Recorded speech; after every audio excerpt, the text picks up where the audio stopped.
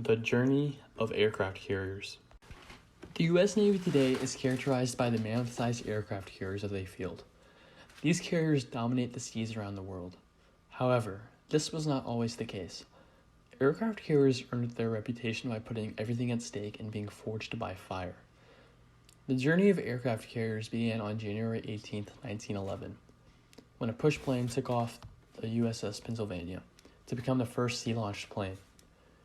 Aircraft carriers were not immediately recognized for their true potential. No one even thought of making a ship dedicated to launching aircraft until American General Billy Mitchell.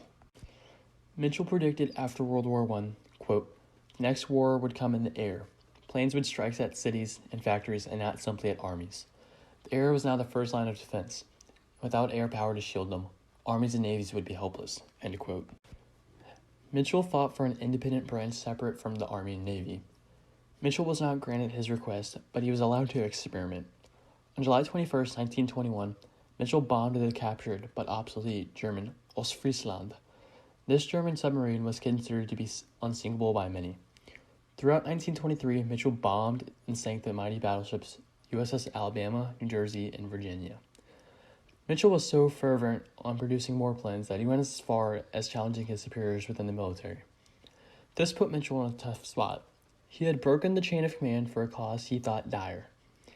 This gave the aircraft that he wanted to take control of the military the media coverage that they needed, but he got court-martialed and eventually he resigned from the Army altogether. Japan was much faster to pick up on the threat that aircraft posed than the U.S. Japan went on to prove just how much of a threat they were. On December 7th, 1941, at the attack on Pearl Harbor, Japan damaged or sunk 18 ships, including all 8 battleships stationed at Pearl Harbor. Additionally, the U.S. lost 3 cruisers, 3 destroyers, lost 161 planes, and 102 planes were damaged. On top of all the equipment lost, there were 3,500 casualties, including civilians. The Japanese lost a total of 29 planes and 55 aviators. This was an embarrassing defeat for the Americans. A large majority of their battleships that America had such pride in were sunk while many sailors were still asleep. The entire attack was made possible due to aircraft carriers. Luckily for the Americans, Japan failed to destroy any of the 4 fleet carriers that were at sea, oil supplies, or any other repair facilities. Overall, the attack on Pearl Harbor showed that if a carrier is not opposed by other carriers or air power, that entire navies can be destroyed without even seeing an enemy ship directly. The Americans responded to the attack by putting their carriers to sea to defend American territories and sink Japanese ships. The Battle of the Coral Sea was the first ever carrier duel. The battle took place on May 7th through 8th, 1942, just 5 months after Pearl Harbor. The U.S. carriers Lexington and Yorktown intercepted a Japanese force attempting to capture Port Moresby. The battle took place in the Coral Sea, which gave the battle its name.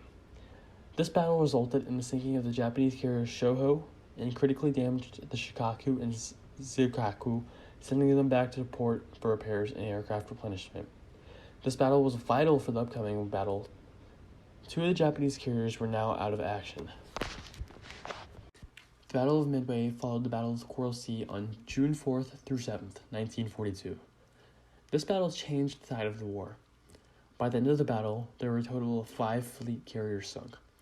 The Americans lost 1 fleet carrier, the Yorktown. The Japanese lost Akagi, Kaga, Soryu, and Hiryu. All 4 of these fleet carriers were used to attack Pearl Harbor. Not only did the battle totally shift the momentum of the war in favor of the Americans, but also, the Americans could be proud that they had avenged the casualties of Pearl Harbor, and that the entire Japanese carrier force that struck at Pearl Harbor was now laying at the bottom of the Pacific. The Japanese would never recover from this devastating battle. The attack on Pearl Harbor and the battles of Coral Sea and Midway were revolutionary for naval battles. Never before had a battle occurred without surface ships ever actually making contact. This is undeniably a barrier broken in naval history. After these monumental events, the U.S. Navy demanded more carriers. To put this in perspective, at the start of World War II, America had a total of 7 carriers of various types. By the end of the war, the U.S. had built and commissioned 34 carriers of various types. 17 of these were fleet carriers, the rest were smaller support carriers. Considering the cost to build these ships, it is clear that the carriers had grown to a top priority of the Navy. After World War II, the US was launched into the Cold War. During this period, carriers evolved to be nuclear powered and capable of launching supersonic aircraft. Aircraft carriers also evolved in the form of roles that they needed to fill. Carriers had to be able to deliver airstrikes against naval vessels, protect ships at range, and support anti-submarine warfare. With this advancement, the ships grew larger. The USS Enterprise, launched in 1960, weighed a staggering 94,780 tons. The ship was also 1,122 feet in diameter. Carriers had become so integral to American society that Star Trek named their sci-fi ship of the future after it. This kind of ship changed how diplomacy with the country with carriers is carried out. The very existence of an aircraft carrier universally is a playing card in diplomacy, in checking enemy maneuvers and foreign policy. Since the Enterprise, carriers have continued to grow in size and roles. The demand for these carriers has also grown. Today, America is building the Gerald R. Ford class carrier. The Gerald R. Ford class carrier has a build cost of about $13 billion. The fact that the U.S. Navy has 11 commissioned carriers is a testament to the importance of carriers. America has decommissioned more aircraft carriers than the rest of the world combined have even built. With this in mind, America intends to increase the roles that carriers play on top of the multitude of roles that they already fill. The Gerald R. Ford class is equipped with a close-in weapon system, evolved Sea Sparrow missile, rolling airframe missile, and 75 planes. These systems make the vessel more capable of defending from threats. The Gerald R. Ford class will field multiple squadrons of F-35s. The F-35 is the newest plane developed by the U.S. military. The F-35 is capable of electronic warfare and has an ordnance of 16,000 pounds and is a stealth plane. These all leave foreign militaries struggling to plan against the 11 commissioned aircraft carriers of the U.S. Navy. Carriers have created a military check on foreign powers. With Earth covered by 70% of water, carriers are a large threat to any country's national security. Many nations spend an abundance of their resources to counter the threat that carriers pose. For example, Russia has begun to focus their efforts on not even countering the missiles or planes that carriers have in their arsenal, but instead have put a much larger portion of their funding in developing and building submarines. To reduce the threats of submarines, carriers travel on a convoy with ships dedicated to anti-submarine warfare. America is not the only country to recognize the importance of aircraft carriers. They have come to be the centerpiece of multiple navies, including France, the United Kingdom, China, and India. These are the only countries that can afford to actually maintain them. Carriers have totally restructured how a navy is formed.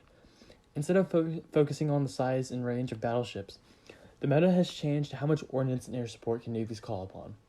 Countries pour billions of dollars into their carrier programs in order to gain the advantages that carriers offer. With this in mind, it is clear that carriers have broken a slew of barriers in history, in the form of naval warfare, diplomacy, and the focus of military spending.